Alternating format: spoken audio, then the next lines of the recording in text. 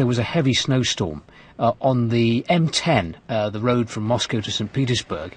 And as a result of that, thousands of vehicles, lots of lorries, got stuck. And the jam got longer and longer and stretched eventually 120 miles.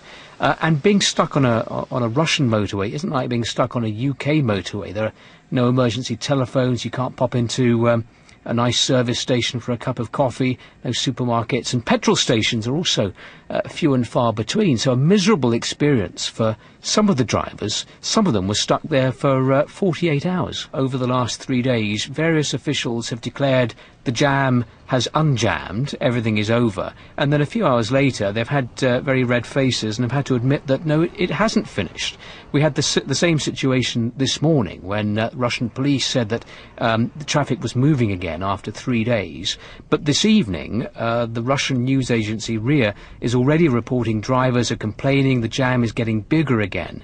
And meanwhile, a whole series of senior Russian officials have been trying to blame different people for the situation. We've seen the emergencies minister live on Russian television banging his fist and demanding answers. We've seen the Russian Prime Minister, Dmitry Medvedev, at an emergency meeting with the Deputy Prime Minister. All these officials trying to work out how to get the traffic moving again.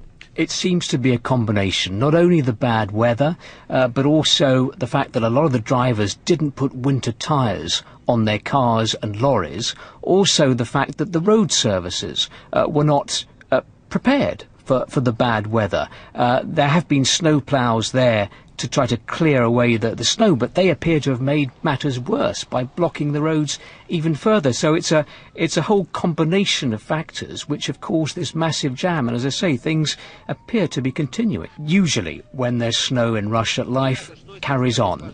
The traffic goes on, the airports stay open. It takes a lot, I think, to bring this country to a halt. But Russian television tonight is saying this is the longest traffic jam they've ever heard of in this country, and certainly from the drivers they've been interviewing along the road, there's a lot of anger there too.